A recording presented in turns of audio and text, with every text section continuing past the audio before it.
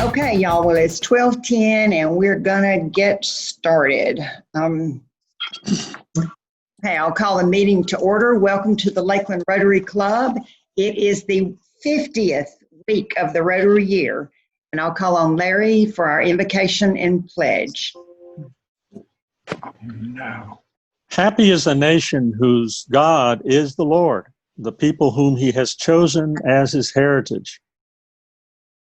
As we pray, loving God, as our nation moves through the pandemic, racial and political strife, and the economic recession with job loss, sometimes we're fearful that our country is simply falling apart. And yet, you have guided us through many crises, which left to our own devices, we would have been consumed. The blood of shed at Concord heralding the birth pangs of a new nation, the Civil War nearly tearing us apart, the emancipation of the slaves proclaimed by Abraham Lincoln, the Great Depression which forced the economy and millions of workers onto their knees, the Civil Rights Movement for the civil rights of all citizens. Thank you, O God, that we have overcome these challenges from our past with your divine intervention. Therefore, we are confident that together we will find solutions today which will make our people stronger than ever. We must depend on you, O God. We draw upon your wisdom and love by praying, by seeking your face, and by stepping up to the work together for the healing of our land. And so the word of assurance from your word across the ages is, I will never leave you or abandon you. Amen. The Pledge of Allegiance.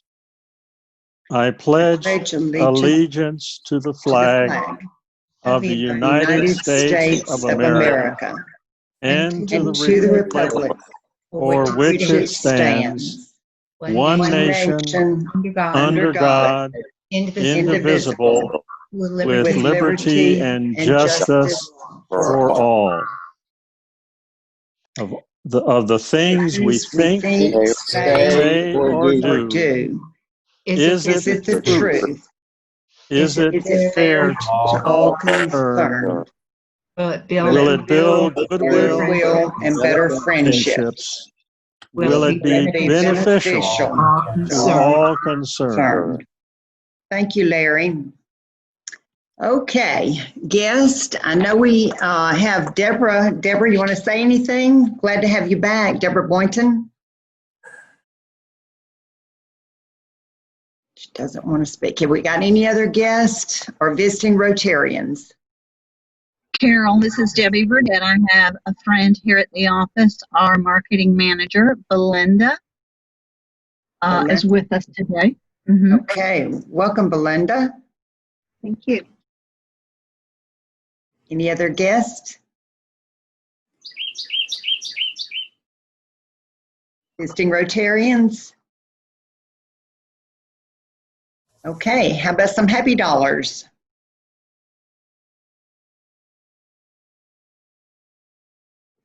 This is Arletta. Oh, go ahead. Go ahead. This is Dean. I have a happy dollar because I've got a procedure at the surgery center this week, and they've got a new protocol which requires you to get a COVID-19 test, which I had last Friday, and I haven't heard from anybody, so I guess I'm okay. But I don't wish that test on anybody. It is not pleasant. Oh, I thought they had improved the way it was tested, but I did too. But if that's an improvement, you had the hard one. Well, I'm glad everything looks well. Good luck on your procedure. Thank you. Carol? Yes. I have a happy dollar. Okay. Are we on? It's Rebecca. Go ahead, Rebecca. Yes, you're on. I couldn't tell if we were on. I'm so sorry. Yes, the COVID test that I had done before my surgery was quite dramatic. So I'll never have that again, I hope. I understand. Oh, bless your heart. I hope you're doing well.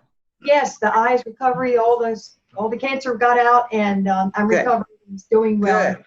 Yes, thank you. Wonderful, wonderful. Carol. Yes. Mike Loudon. I have a happy dollar. Okay. My wife and I celebrated our 50th wedding anniversary on Friday. Oh, that's wonderful. Did you get to do anything live with family or? We drove up to Celebration and had lunch at the Columbia. We were planning a trip to Europe, but of course that was canceled. Columbia to Europe. Okay. We take what we can. Congratulations. That's right. Thank you. Yes, that's wonderful. Other happy dollars? This is Arletta, and I have a happy dollar about our Rotary Club. I attended a board meeting yesterday for Friends of Bonnet Springs Park, and Heidi Waldron, a fellow Rotarian, announced that the Rotary check had arrived. There was a big check presentation. So thank you, Rotarians, for purchasing the slides that the children will use down the hills. Yes. I hear it's approved for children, but I want to know, can adults go down it? Did we fund a slide that I can use too? Because I know I want to go down it. I think we're planning on it. And I've got some photos about that later in the program. So yes, we're excited about that. So yes, I'm hoping that our club members can be the first down the slides. Me too. So thank you. I'm very happy about that. Great. All right, I'll share a happy dollar, and I'm not sure Aaron Banks is on our call, but I want to give a congratulations to our member Aaron Banks on becoming a shareholder in Fur and Wegman Architects and the change of the name to Fur, Wegman and Banks Architects BA. So congratulations, Aaron. Reach out to him and tell him so if he's not with us today. Anybody else have a happy dollar?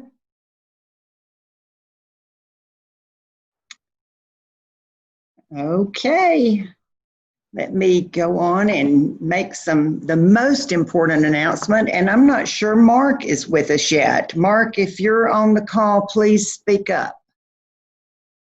He had a really big day yesterday, and it's my pleasure, and I am proud to announce that yesterday there was a virtual installation of all of the incoming district governors for zones 33 and 34, and that's hundreds. I don't remember the exact number, but they did a virtual installation by our 2020-2021 Rotary International President, Holger Nock. He is from Germany, and I'm sure I have butchered that name.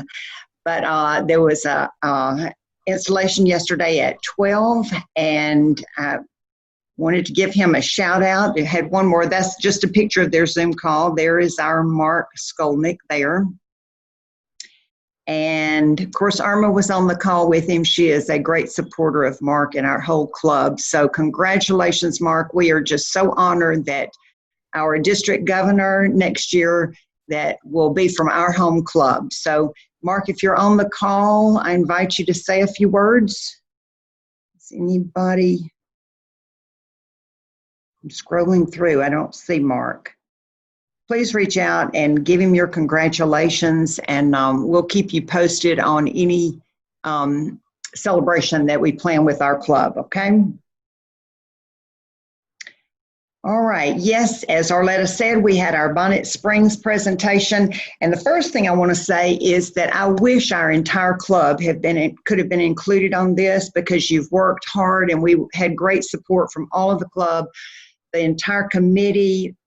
It was a fabulous day that was planned for our Spring Obsession event in March that had to get canceled 2 days before the event. So thank you so much to the entire committee and for all of the club members who sent in individual contributions and had planned to be there to volunteer that day. But these people, we had to limit our group on Thursday for the presentation of the check to 10 or around 10. So we invited the sponsors of Spring Obsession, and that's who you see in this picture. And even though the event was canceled, the sponsors paid their commitment, and we were able to fulfill our commitment of $50,000 to Bonnet Springs Park. So thank each and every one of you, and you will notice they are all Rotarians. Y'all are the best. And there's a second picture with a few of the, there's Heidi and a few of the representatives from Bonnet Springs. So we don't have a date that the slides will be installed, but I think they're looking at opening sometime late in 2021. So we're hoping by then that there will be no limitations on crowd sizes and that we can all gather and enjoy the park. So thank you, Heidi and Arletta, for everything you're doing to make that dream a reality. All right, we've got a packing event for Kids Pack. We've donated $2,500 as a club to Kids Pack for children experiencing food insecurity. We'll be packing 400 meals next Thursday, the 18th, at their warehouse on Drain Field. And Sushil is in charge of that sign up. We only have 2 slots left. We need 2 more volunteers for the 1 to 3 shift in the afternoon. So if you're willing to do that and feel comfortable, they are going to have mask, gloves, and will be spaced apart. So if you're comfortable doing that, just email Sushil and get your name on that list. So we've done a great job of getting support for that. Thank you all. All right, they have the district has scheduled their 3rd district town hall meeting for next Tuesday, the 16th. An email went out from Kip this morning. I think it went to everybody, but if you didn't get it and you're interested in attending, let me know and I'll send you the Zoom link. They've stopped that registration process, thank goodness. So all you have to do is just click on the Zoom link if you want to attend. This time it is by an engineer of all things, but he's from Winter Haven. He is a master planner. His name is Steve Elias. He's a member, he's Rotarian actually. He's a member of the Winter Haven Club, and he is the division manager at Noni Associates in Winter Haven. And his specialty really is on building and planning smart communities for the future. So it'll be a totally different type of presentation than we had with the last 2 that's really focused on COVID. So it'll be at 6 o'clock next Tuesday. And if you're interested, just check that Zoom link from Kip or let me know. Okay, and one last plug about our lunch money. Y'all are doing a great job of sending in the lunch money that we would have been spending. I think we're up to $156 that we've saved in lunch money. So if you'll be so kind as contribute that to the Rotary Foundation, that would be much appreciated. Okay, and now I'm going to turn it over to Sarah to introduce our program. Thank you, President Carol. I am very excited to introduce our speaker today, my boss, Cory Skeates, who is the President and CEO of the Lakeland Chamber of Commerce. He has been here since January 2015. Before that, he was the President and CEO of the Oviedo Winter Springs Regional Chamber of Commerce. And then Cory currently serves as chair-elect of the Florida Association of Chamber Professionals, and he's also a member of the Board of Regents for the U.S. Chambers Institute for Organizational Management. And Cory is married to his wife, Shannon, and they have 2 amazing girls, Ella and Amelia. And then we're having Cory talk about 2 things today. He's going to mention just some chamber updates, talking about our Business Resource Center, but in particular, he's here today to talk about the Reopen Lakeland Taskforce.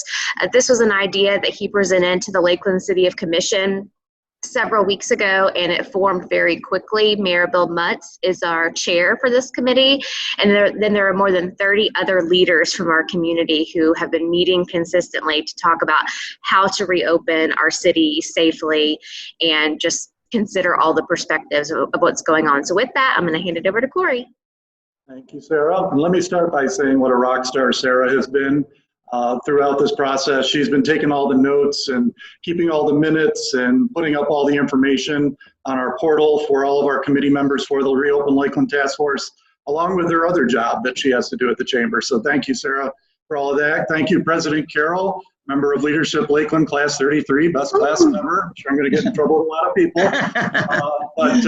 And thank you to everybody in Rotary. This group has a special place in my heart. This was the first group that I spoke to 5 years ago when I started here.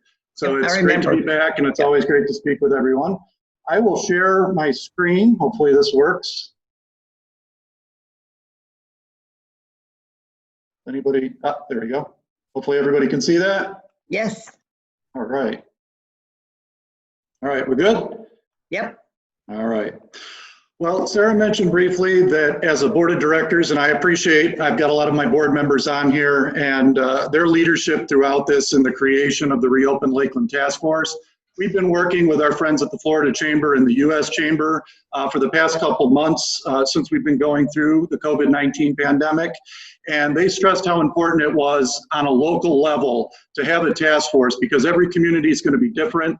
Everybody's going to look different. Everybody is unique in their own special way. So we wanted to be sure that Lakeland, because we all know how unique and wonderful Lakeland is, had a task force to address businesses and their reopening with always having the health and safety of their customers and employees at the core. So I'll quickly go through. This is actually the presentation that I gave as a framework to the committee when we first got started. So how is Florida unique? We're different because of 4 different reasons.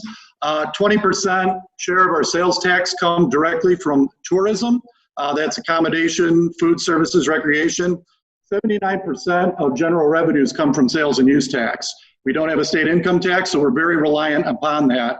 And you've seen how decimated the hospitality industry has been, tourism and everything. We're starting to come back a little bit, but that is a large base for our taxes. So that's been causing Florida to suffer more so than some other areas in that regard. Some of the other things we have to take into account is that 21% of our population is age 65 and over. So you know how we've been talking about making sure we take care of our seniors during this time and those that have compromised immune systems. So that's something else Florida has to concern themselves with. And something else that's come up, if you didn't hear, June 1st was the start of hurricane season. So we're starting to get into that. And hopefully all of you took advantage of the sales tax holiday we had last week for hurricane supplies. Just quickly looking at us on a state basis prior to COVID-19, 3rd most populous state, growing by 900 a day from 810 other states and countries. Florida is a nation. If we were our own nation, we would have the 17th largest economy in the world. We were hoping to move that up into the top 10, but as you can see, we've had some setbacks because of what's happened with COVID. Prior to COVID-19, 1 out of every 11 jobs in the United States that was created in Florida. I heard this morning on average we should, because of our population, that should be about 1 in 20, but we're 1 in 11 before COVID-19. 20th most diversified economy in the US, and I'll talk a little bit more about Polk County quickly in a few minutes. Nearly 130 million visitors, which is why we're so heavily reliant on sales tax. And talking about our recovery, GDP estimates for 2020 right now are looking at negative 2.3% to a negative 8.9%. Fortunately, we've seen some good numbers just in the last week or 2 that have come out. But talking about how long that recovery will take, it could be anywhere from 4th quarter of 2020 all the way up to 2nd quarter of 24. If you haven't visited our website, we actually have updated COVID-19 metrics right on the homepage. These are sent to us via the Florida Scorecard, which is generated by the Florida Chamber of Commerce. These are updated daily, except for the weekly % of positive cases. And that's one of the numbers we really focus on because that tells us, based upon the number of tests given, because the testing numbers have gone up significantly. So even though our number as of today was 23, so that shows increasing 23 new positive cases in Polk County, we've tested a lot more people. So our overall percentage of positive cases has gone down this past week to 2.78% as a county. Cory, let me, while you're taking a breath. I think some of the participants are not seeing your slides, and mine, on my view, they're not advancing. So let's see what we can do to correct that. Okay. Let's see, the stop screen share. Do you want to continue? People seeing them moving? No, I took my screen share down. If anybody in the audience has any, you want to stop your slide and start it again and see if that helps? I think he has to stop share and start share again. Okay. Okay. Let's see, how do I do that? Okay. You know how to do that? I think on that screen share, let's see, this will stop other screen sharing. Do you want to continue? No. Okay, it's gone. So just share your screen again. Let's see if that solves it. Okay. It came up to a new view. I'm on slide 4 now. Does everybody see that? Yes. You seeing it? Yes. Okay. Did it advance? Yeah, well, I'm on 4. Try advancing 1. Okay, I just did. Okay. No, it stays on 4. So on your view, it goes to 5? Maybe at the top, Cory, when it says slideshow, click that, and then over on the left from the beginning. Does that? Because that gets rid of those small views on the. Tell them to start again. Okay. Anything advancing? Yes. Okay. Is that working for everybody? Yeah. Yes. Okay. I think we've got it, Cory. I'm so sorry to interrupt you. That's okay. I can't tell what I can't see, so I appreciate you letting me know. Right. All right. So we just talked about the COVID-19 metrics. One positive. Now, is everybody seeing that new slide? Yes. Yes. Okay, good. In the fall of 2019, actually the Polk, which is actually the Winter Haven Lakeland MSA, was rated as the most diverse economy in the state of Florida. And that gives us an advantage over the rest of the state because in tough times like we're facing right now, some of the industries that are successful and doing well throughout this are going to be able to uplift some of the businesses that are struggling. So we're going to see an opportunity for Polk County to come back probably quicker than most of the rest of the state. Did that advance? Yes. Yes. Okay. All right. I'll go quickly through this. Alignment was key to the success of any reopen task force. We started with the White House guidelines, moved to the state guidelines, and then brought them into a local framework. White House guidelines, just quickly, they had the gating criteria that you probably heard about with the 14 days. They want to see that trend going down for 14 days before you're moving into the next phase or half of a phase or a full phase as we've seen in Florida. And one thing just about that, our governor had a task force at the state level that made recommendations. But as you've seen throughout the process, you have to look to the executive orders because the governor has taken pieces and parts of the recommendations in the different phases and rolled them out. So that's why bars weren't included originally with some of the other hospitality industries and things like that. So this is the governor's theme for reopening. We're going to look at federal guidelines. We're going to phase in based upon health. Small businesses are going to need to be that high consideration because of the amount of small businesses we have in the state. And then we need to have unambiguous guidance for employers as they try to bring their employees back and get their customers back in. Again, these are just the guiding principles they went through relating to things like public health and safety, protection of the vulnerable, economic recovery, things like that. So when we started the local framework, we went to the what, why, and the objective. The what being reopening our local economy in as safe a way as possible, having a great cross-section of our community represented. And that's one thing I'm super proud about with our task force. We've got representatives from minority communities, from the faith community, from education, from small business, from large business. So we've got great segments represented. So we're getting good feedback. And we'll talk a little bit later about one of our specific committees that's related to every zip code mattering. Why? It's time to look at restarting, recovering, and reimagining what we want to be as Lakeland moving forward. People talk about the new one. We'll talk about that in just a second. But that's really something we've got to talk about because things are going to change from the way they were before. And not every part of the state is going to be the same. You're seeing different numbers in the Panhandle than you're seeing in Miami-Dade County. And the objective, everything has to have safety at its core because we want to mitigate a relapse of this. A great case study is South Korea. They seem to be doing things the correct way and are coming back a lot faster as a result. Singapore tried to open too quickly and they had a second spike. And so now they're trying to regroup and get back to where they were prior to the reopening of their entire economy. So just talking about the new normal, we've all talked about this enough. I won't beat you over the head with this, but social distancing, remote work, e-commerce, making sure supply chains have what they need, and the use of PPE, sorry. We have PPP on the mind here too. We've been working on that a lot. The framework, 4 categories: relief, recover, restart, and reimagine. We've got real opportunities here to make Lakeland really what we want it to be going forward, taking into account everything that's changed and the new things that we have to do. So we want to be able to have a reimagined portion of this as well. So the task force has broken it down to 6 different areas of conversation. These are becoming their own task forces at this point.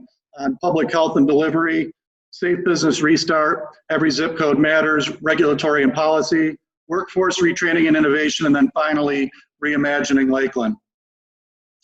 So just quickly, we went through this already, making sure everything is based upon the health and safety of employees, of owners, of patrons, as we set the framework for what we've been working on. So the first area was a framework for, in the framework for local leadership was that public health delivery, making sure we're getting testing out there, making sure there's ample PPE available, making sure our vulnerable are taken care of, making sure our unemployed are spoken to and making sure that they have the resources they need, and then constantly looking at hospital capacities and their abilities to treat, because that was the whole reasoning for flattening the curve, was that we didn't put an undue burden on our hospitals and healthcare system. Second, I know this one's probably tough to read, but it's that safe business restart, making sure our businesses understand the CDC guidelines, that they have hand sanitizer available, that they're encouraging the social distancing. And then as we come out of this, making sure we're focused on buy local campaigns, because we really want to help our local businesses get back on their feet quickly. This one's probably even harder to read. This is the Every Zip Code Matters group. We want to make sure every zip code in our Lakeland area is represented, because what's happening in 33801 may be not happening in 33813. So we want to make sure that we look at the 10 root causes of poverty as we address our different zip codes, those being jobs, education, housing, transportation, health, food, safety, childcare, family care, which has cropped up recently with people trying to get back to work, justice, and then agency, community voices. Regulatory and policy, just quickly, we want to make sure government isn't standing in the way when it comes to businesses being able to get back on their feet in terms of additional red tape and things like that. We want to get rid of partisan politics right now. We want to fast track construction projects. We want to encourage tax holidays, different things that, and also have our city being a role model when it comes to CDC guidelines and best practices. I think our city has done a great job in that regard, and in large part, thanks to their participation and the mayors being willing to chair the task force and all the conversations we've been having. Workforce retraining and innovation, we're constantly speaking with our colleges and universities, our public schools. Dr. Falconetti from Polk State, who deals with a lot of the workforce training and the workforce education, she's on the task force, so she's been a great voice for talking about things like businesses right sizing. What can we look at in terms of businesses who may want to come here? What type of skills are they looking for? So that'll be a continued area of focus. And finally, reimagining Lakeland. We want to be sure that we're looking at, not just the here and now, but where we want to be in the future.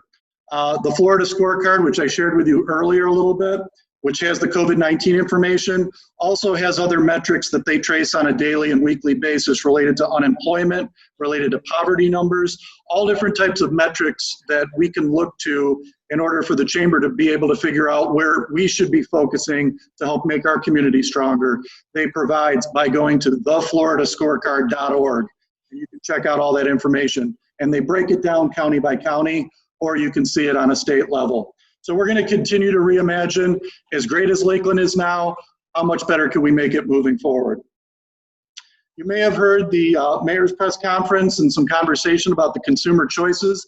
This came out of our marketing committee of the task force. And what it's done, it's given businesses an opportunity to build upon consumer concerns and trying to build up consumer confidence as they're coming back to places of business, retail, restaurants, everything. So we set up a list of criteria to where you could self-qualify yourself as a green, blue, or magenta swan. You can print out the information and put it on your door. So when people come there, they'll know that you are taking precautions to make them safe when they come in the door, instead of wondering before they get there. Is this perfect? No. We did the best job we could in terms of trying to come up with some criteria. Are there businesses that are going to have some green and some blue? Yes, and we encourage them to mark that down if they're doing some things in the blue category as well as in the green. But we wanted to help with the consumer confidence, because we've heard that that's one of the biggest issues right now, where people are concerned about what businesses they want to go back to. And we're hoping that this will help with some of that. And just so you can see what the swans look like, people are printing these, they're putting them in their doors and their businesses. Any business can sign up, not just chamber investors. This is open to anybody in the public. In fact, I think a good majority of the businesses we've had sign up aren't members of the Chamber of Commerce. So if you see these, you'll hopefully get to read and see what they're doing. Everybody from the hospital is at a magenta, and the chamber is at a green, just to give you a perspective on where we are. I'm sure you've all heard we are into phase 2 this week.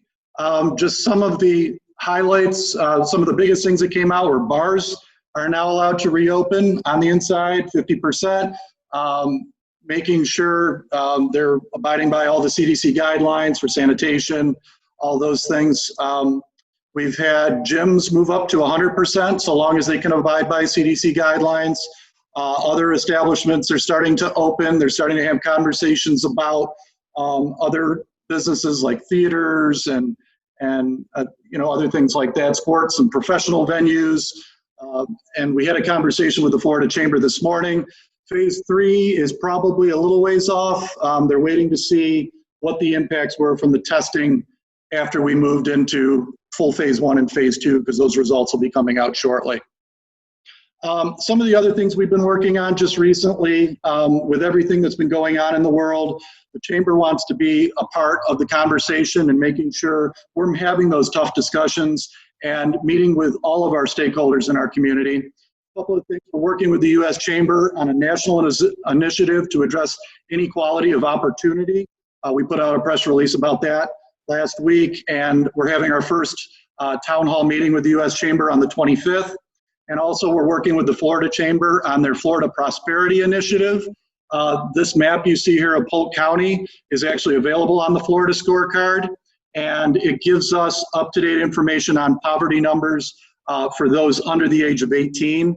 And some of the darker the color, the worse that it is. And you can see we've got a couple zip codes in the Lakeland area that are really going to be places that we need to concentrate as a business community, as a community as a whole, to try to address those issues. So moving forward, just quickly wanted to touch on some of the exciting news we have. We are moving full force forward with our Business Resource Center initiative.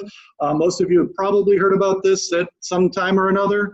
But what we're basically doing is creating a facility that will be cohabitated by several business support organizations that are out there, organizations just such as the Chamber, our foundation, could be NABO, could be ABWA, could be SCORE, could be SBDC, having them all within one facility as kind of a one-stop shop for small business, where we would have seminars and trainings and certifications, making it to where minority-owned businesses, women-owned businesses, all have a place that they can come congregate, and we can continue to be the conveners of the community that we talk about. We want to bring the conversations together in one facility. So we're looking at building a 17,000 square foot state-of-the-art facility with conference space, large meeting space, able to accommodate up to about 250 individuals, which is tough to talk about now with all the social distancing, but I assure you we'll be back at some point. But as you can see on the map there, just to give you kind of an idea of where we're looking right now, we've been in negotiations with the city for a piece of land that's about 1.3 acres just north of the RP Funding Center.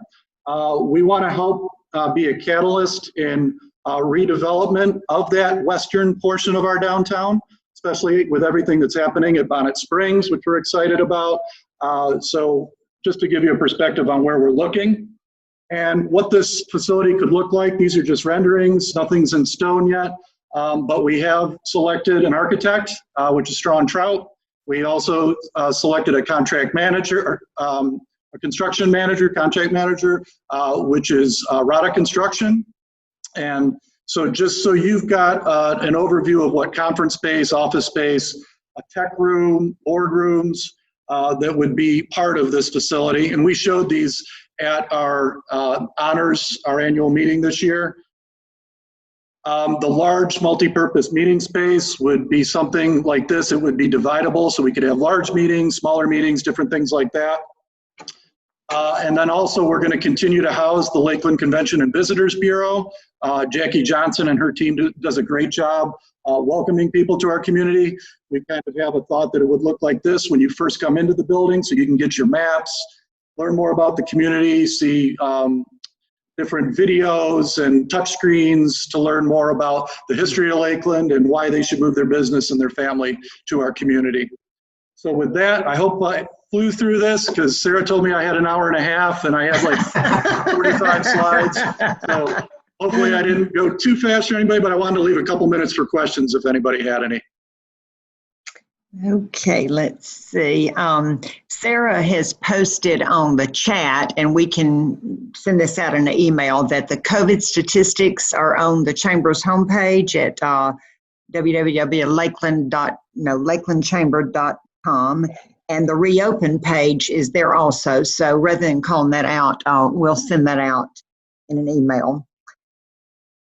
Okay, lots of thanks, Cory. Any questions for Cory? Lots of thank you, great information. The Resource Center renderings are beautiful. I hope that can become a reality. Yeah, believe it or not, we're going into the silent phase of the capital campaign. We're going to be kicking that off shortly. Wow. But what we're hearing from a lot of people is the types of services that would be provided there, with a lot of people having to reinvent themselves if they've been laid off, or maybe this was an opportunity to take on that dream of starting a business.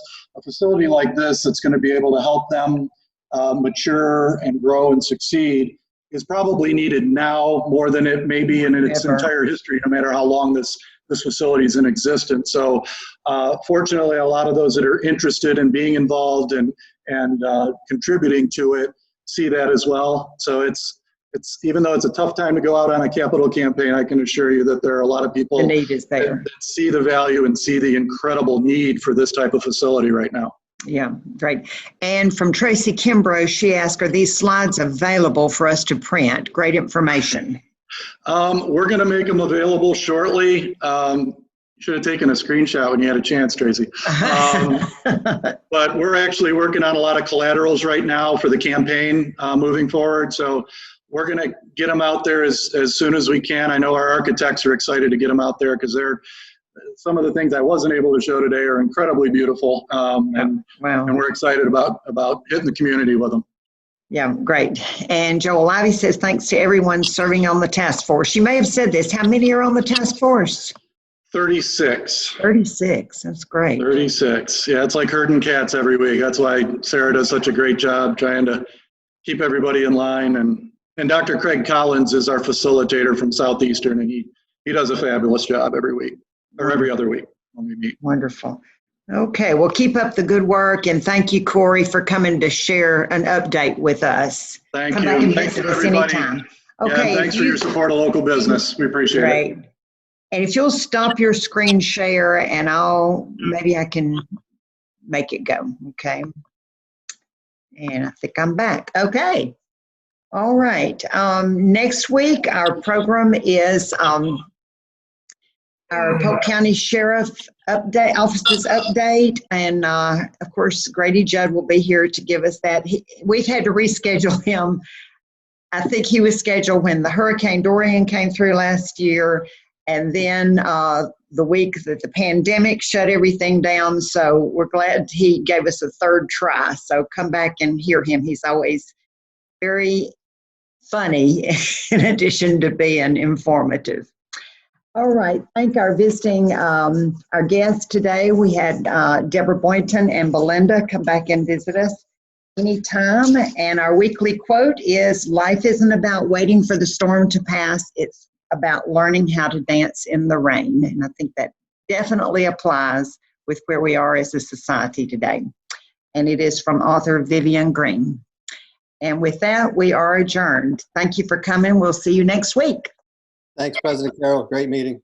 Thank you. Everyone.